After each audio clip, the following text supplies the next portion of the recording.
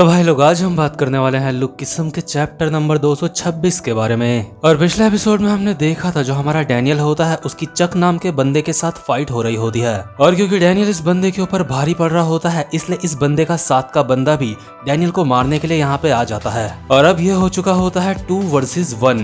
लेकिन आज की वीडियो की शुरुआत में हम देखते हैं जिन लोगों ने जैक का पर्स चुराया था और जैक ने उनको मारा था, अभी इन लोगों ने हमारे वास्को का पर्स चुरा लिया होता है। जैक की मार खा के अब तक इन लोगों के मुंह सूजे हुए होते हैं, लेकिन इसके बावजूद भी ये वास्को को कहते हैं, हाँ ये बिल्कुल सही बात है, तेरा पर्स मैंने ही चुराया है। साले तू कोई पुलिस वाला है या फिर कोई और? आखिर तू हमारे सामने इतना ज्यादा क्यों उछल रहा है? लगता है तेरा मार खाने का मन है। लेकिन अपना वास्को इन बंदों को मार मार के इनकी चटनी बना देता है, और ये बंदे अभी जमीन पे पड़े करहा रहे होते हैं। वास्को इनको कहता है, आखिर तुम्हें खुद की चोरी करने पर इतना ज्यादा गर्व क्यों है? तुमने जिसका ये पर्स चुराया है मैं उसको ये पर्स वापस कर दूंगा। और अभी ये बंदे बोल रहे होते हैं, आखिर मेरे साथ ही ऐसा क्यों होता है?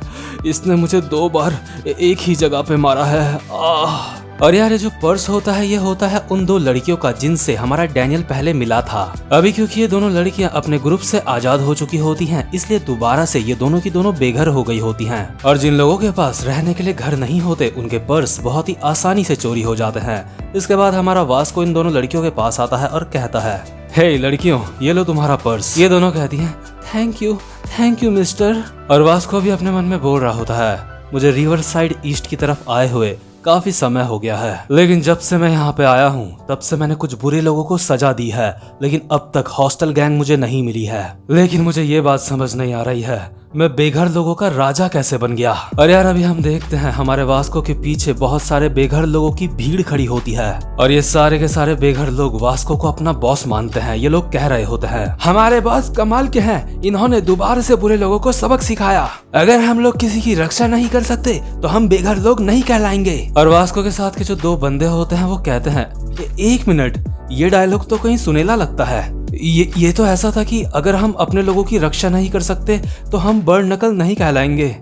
इन लोगों का डायलॉग हमारे डायलॉग से थोड़ा मिलता जुलता सा लग रहा है। और जो दूसरा बंदा होता है वास्को की लीडरशिप देख के उसकी आंखों में आंसू आ जाते हैं। वो कहता है, लेकिन मेरी आंखों से आंसू क्यों आ रहे हैं? इसके बाद वास्को इन दोनों लड़कियों को कहता है, हे क्या तुम दोनों भी अपने घर से भाग रखी हो? मुझे भी उन लोगों का ग्रुप ज्वाइन करना है जो घर से भागे हुए हैं। ये लड़कियां कहती हैं, नहीं, वो जो ग्रुप्स होते हैं वो सिर्फ बच्चों के लिए होते हैं, लेकिन तुम कोई बच्चे नहीं हो, तुम तो सिर्फ बेघर हो। इसके बाद वास्को कहता है, अरे मैं 18 साल का हूँ बस। और ये लड़कियां वास्को को 18 साल से बड़ा इसलिए समझ रही होती हैं क्योंकि वास्को के अभी काफी सारी दाढ़ी आ गई होती है, क्योंकि वास्को को बेघर इंसान की जिंदगी जीते हुए काफी समय हो चुका होता है, और इस दौरान वो अपनी दाढ़ी वाड़ी भी नहीं कटा पाया होता। इसके बाद वास्को कहता है, हे लड़कियों तुम कहाँ रहती हो?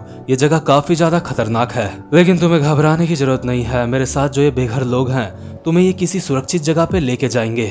इसके बाद ये दोनों की दोनों लड़कियां कहती है, नहीं हम ठीक है, हमें कोई मिल गया है जो हमें यहाँ पे लेने आ रहा है। और तभी अचानक से यहाँ पे एक लड़का और लड़की आते हैं। इनमें से जो लड़का होता है वो कहता है, तो वो तुम दोनों ही हो? तुम्हें देख के लगता है तुम हमारे बिजनेस के लिए काफी ज्यादा काम की हो। हमें अपने बिजनेस के लिए जवान लड़कियों की जरूरत है, और तुम दिखने में भी बुरी नहीं हो। और यार ये जो बंदा होता है ये होता है हॉस्टल गैंग बी का बंदा। जैसा कि मैंने आपको पहले बताया था कि हॉस्टल गैंग आपस में ही लड़ रही है, इसलिए हॉस्टल गैंग 2 ग्रुप में डिवाइड हो चुकी होती है। एक होता है ए ग्रुप, एक होता है बी ग्रुप। इसके बाद ये लड़का कहता है, आखिर तुम किसका इंतजार कर रही हो? मेरे पीछे पीछे आ जाओ, हमारे पास बिल्कुल भी समय नहीं है। और ये लड़कियां इस बंदे को देख के अपने मन में सोच रही होती है, तो यही वो इंसान है जो बेघर लोगों को अपने साथ मिलाता है। लेकिन आखिर इसका इस बात से क्या मतलब है कि इसको जवान लड़कियों की जरूरत है? और इसकी गर्दन में एच का निशान क्यों है? ऐसा ही एच का निशान तो हमारे डैड की गर्दन में भी था। इस लड़की का डैड यानी कि वही टकला, जिसके अंडर पे पहले ये दोनों की दोनों लड़कियां काम करती थी। ये लड़कियां भी अपने मन में सोच रही होती हैं, इन दोनों के गले में भी एच का निशान है, लेकिन ये एच कैपिटल लेटर में है। तो जैसे ही दोनों की दोनों लड़कियां इन दोनों के साथ जाने वाली होती हैं, लेकिन तभी बीच में हमारा वास्को आ जाता है। वास्को कहता है, नहीं लड़कियों तुम्हें इसके साथ नहीं जाना चाहिए। ओए लड़के क्या तू हॉस्टल गैंग से है? लेकिन इसके बाद सीन शिफ्ट होता है और हम आते हैं उस सीन में जहाँ पे डैनियल की फाइट हो रही होती है। अभी डैनियल के दोनों तरफ वो दोनों बंदे खड़े होते हैं जो हॉस्टल गैंग के अंकल कहलाते हैं। ये दोनों कहते हैं, ये हमारी जिम्मेदारी है कि हम तुझे ठिकाने लगा दे क्योंकि हम हॉस्टल गैंग के टॉप मेंबर हैं। और डैनियल अपने मन में सोच रहा होता है, क्या ये दोनों मुझ पे साथ पे अटैक करेंगे? लेकिन कोई बात नहीं, मैं ये कर सकता हूँ, मैं ये कर सकता हूँ, कर सकता हूँ, कर सकता हूँ मैं ये। और जो चक होता है भागते हुए डैनियल के पास आता है और उछल के डैनियल के एक मुक्का मारता है। डैनियल अपने मन में कहता है, ये आया पहला। चक डैनियल के बहुत ही तेजी से 3 मुक्के मारता है, लेकिन डैनियल शांति से इन मुक्कों को एनालाइज कर रहा होता है और डैनियल इन तीनों मुक्कों को डॉज कर लेता है। और आखिरी मुक्का डॉज करते साथ ही डैनियल एक मुक्का मारता है चक के फेस पे, जिससे चक के लिए बच पाना काफी ज्यादा मुश्किल होता है। लेकिन इससे पहले कि चक के ये मुक्का पड़ता, जो दूसरा अंकल होता है ये इन दोनों के बीच में इंटरफेयर कर देता है। ये डैनियल के फेस पे एक मुक्का मारता है, लेकिन जो हमारा डैनियल होता है वो लास्ट मोमेंट में इस बंदे का मुक्का पकड़ लेता है अपने हाथ से। बट फिर भी जो ये अटैक होता है इतना ज्यादा अचानक से करा गया होता है कि डैनियल भी इस अटैक को बहुत ही अच्छी तरह से ब्लॉक नहीं कर पाता। बट जो डैनियल को इस मुक्के से डैमेज होना था, डैनियल उस डैमेज से बच जाता है। डैनियल कहता है, क्या दूसरी तरफ से साथ में हमला? लेकिन डैनियल बिना समय गंवाए एक उड़ती हुई लात मारता है इस अंकल के सर पे। ये अंकल अपने मन में कहता है कि क्या एक काउंटर अटैक? मैं इस अटैक से नहीं बच पाऊंगा। लेकिन जो चक होता है अपने साथ के बंदे के कपड़े पकड़ता है और उसको पीछे खींच लेता है, जिस वजह से वो डैनियल की लात से बच जाता है। और बिना समय गंवाए ये बंदा चक के कंधे से सपोर्ट लेके एक उड़ती हुई लात मारता है डैनियल के फेस पे। और डैनियल बस जमीन में गिरने ही वाला होता है, लेकिन वो अपने हाथ का सपोर्ट ले लेता है। डैनियल अपने मन में सोच रहा होता है, मैं अभी बिल्कुल भी फोकस नहीं कर पा रहा हूँ, मुझे यहाँ से निकलना होगा। इसके बाद डैनियल अपना हाथ का सपोर्ट लेके एक उड़ती हुई लात मारता है इस बंदे के, लेकिन तभी बीच में चक दखलंदाजी कर देता है। चक डैनियल की गर्दन पकड़ के उसको फेंक देता है। और ये जो अटैक अभी डैनियल ने करा होता है ये होता है गन का अटैक। डैनियल अभी अपने मन में सोच रहा होता है कि क्या ये अटैक भी काम नहीं आया? इसके बाद जो दूसरा बंदा होता है वो डैनियल का सर कुचलने की कोशिश कर रहा होता है, लेकिन डैनियल साइड हो जाता है। लेकिन जब डैनियल इस बंदे से बचने की कोशिश कर रहा होता है तभी हरामी चक दोबारा से बीच में आ जाता है और डैनियल के फेस पे एक लात मारता है। डैनियल अपने मन में सोच रहा होता है, मैंने इससे पहले इस तरह की फाइट कभी भी नहीं देखी, आखिर अब मुझे क्या करना चाहिए? यार ये दोनों इतने ज्यादा हरामी होते हैं ना कि एक एक करके भी नहीं आ रहे होते। ये दोनों के दोनों साथ में डैनियल के ऊपर हमला कर रहे होते हैं। फाइट करते करते दोनों डैनियल को कहते हैं, तुझे क्या लगता है हम 2 हैं और तू अकेला, इसलिए तेरे साथ कोई नाइंसाफी हो रही है? लेकिन हम दोनों इसी तरह के माहौल में पले बड़े हैं। चाहे हम दोनों के सामने 2 इंसान या 3 इंसान या 10 या 12 इंसान हो, हमें फर्क नहीं पड़ता। हम दोनों ने अकेले ही उन सबको हराया है। और हम देखते हैं जो जेक किम होता है उसने एक बार इन दोनों को कहा था, तो जब तुम दोनों आपस में मिल जाते हो तो तुम 2 इंसान के बराबर नहीं रहते, तुम्हारी ताकत 4 इंसान के बराबर की हो जाती है, या शायद 4 इंसान से भी कई ज्यादा। ये दोनों डैनियल को मारते मारते कहते हैं, जब तुम किसी से फाइट करते हो तो नाइंसाफी नाम की कोई भी चीज नहीं होती। लड़ते समय बस एक ही रूल होता है कि तुम्हें किसी भी हालत में बस जीतना है। और ये दोनों के दोनों हरामी अभी डैनियल की अच्छे से तुड़ाई कर रहे होते हैं और डैनियल अभी अपने मन में सोच रहा होता है, आखिर इस तरह की फाइट में मुझे क्या करना चाहिए? इसके बाद इन दोनों अंकल में से एक कहता है, मुझे लगता है तुम बिग डैडी के लेवल पे अभी नहीं हो, लेकिन उसके बावजूद भी तुम काफी ज्यादा ताकतवर हो। तुमने हम दोनों के साथ काफी अच्छे से फाइट करी, इतनी तारीफ तो मैं तुम्हारी कर ही सकता हूँ। इसके बाद जो चक होता है डैनियल के एक मुक्का मारता है और कहता है, लेकिन अब वक्त है इस फाइट को यहीं पे खत्म करने का, मर जा।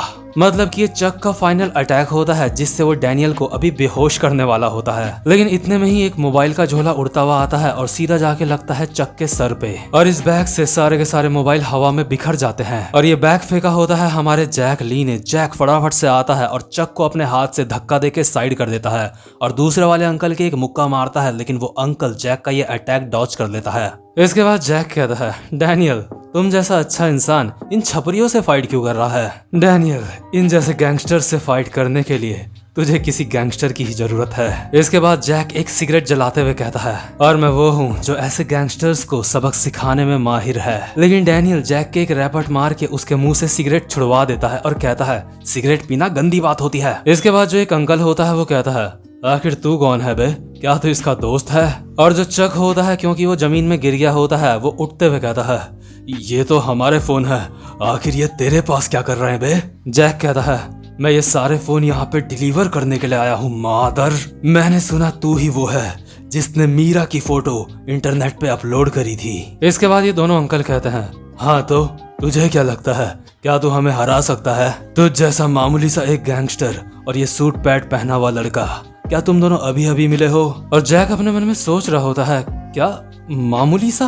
और क्या ये डैनियल जैसे राक्षस को भी एक मामूली इंसान समझ रहे हैं? जैक कहता है, डैनियल पार्क, मैं जैसे जैसे करूंगा तू मुझे फॉलो कर सकता है ना? डैनियल ब्रो, तेरे अंदर कमाल का टैलेंट है, लेकिन आज मैं तुझे वो एक्सपीरियंस करवाऊंगा जो तूने पहले कभी नहीं करा होगा। तो चलो इन हरामखोरों को दिखाते हैं असली फाइट क्या होती है। और अभी जैक और डैनियल फाइटिंग पोजीशन में आ जाते हैं। डैनियल कहता है, तू अटैक कर जैक, मैं तुझे सपोर्ट करूंगा। लेकिन तभी दोबारा से सीन शिफ्ट होता है और हम आते हैं उस सीन में जहाँ पे जो वास्को होता है वो एक हॉस्टल गैंग के बंदे से मिला होता है और अभी इन दोनों के बीच में फाइट हो रही होती है। इन दोनों ने एक दूसरे के हाथ पकड़े हुए होते हैं और दोनों ने साथ में अपने सर मिला रखे होते हैं, मतलब कि ये दोनों एक दूसरे को अपनी ताकत दिखा रहे होते हैं। और जो वास्को के साथ के बेघर लोग होते हैं वो अपने मन में बोल रहे होते हैं कि क्या वो बॉस इस बंदे को नहीं हरा सकते, क्योंकि यार जो वास्को होता है वो मिनट से पहले किसी की भी तोड़ देता है, लेकिन ये बंदा अभी तक पिटा नहीं होता, अभी तक ये अपनी जगह पे खड़ा होता है। और इसीलिए वास्को के साथ के बंदे ऐसा सोच रहे होते हैं कि वास्को इसको नहीं हरा पा रहा है। और यार सबसे ज्यादा हैरानी वाली बात ये होती है कि ये जो हॉस्टल गैंग का बंदा होता है अभी ये वास्को के साथ ताकत का टेस्ट कर रहा होता है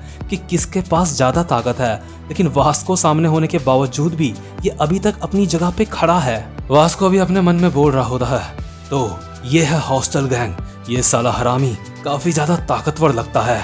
और यार ये जो बंदा होता है ना, इसका नाम होता है वैरन चे और ये भी हॉस्टल गैंग का एक अंकल होता है, लेकिन हॉस्टल गैंग बी का। और जो वैरन के साथ लड़की होती है वो बोल रही होती है, क्या वैरन भी तुम्हें नहीं हरा पा रहा है? ये सच में कमाल की बात है। क्या तुम बेघर लोगों के ग्रुप से हो? तुमने कोई अपना नया गैंग बनाया है यहाँ पे? और ये जो लड़की होती है इसका नाम होता है सैली पार्क, जिसको लोग बिग मामा के नाम से भी जानते हैं। तो भाई लोग ये जो नया बंदा वैरन है ये मुझे काफी ज्यादा इंटरेस्टिंग लग रहा है। इस बंदे की भी आगे फाइट्स देखने में काफी ज्यादा मजा आने वाला है। लेकिन ये वाला एपिसोड यहीं पे खत्म होता है और उम्मीद करता हूँ कि आपको आज की वीडियो भी अच्छी लगी हो। और अगर आप चैनल पे पहली बार आए हो तो चैनल को जल्दी से सब्सक्राइब और वीडियो को भी लाइक जरूर से कर देना।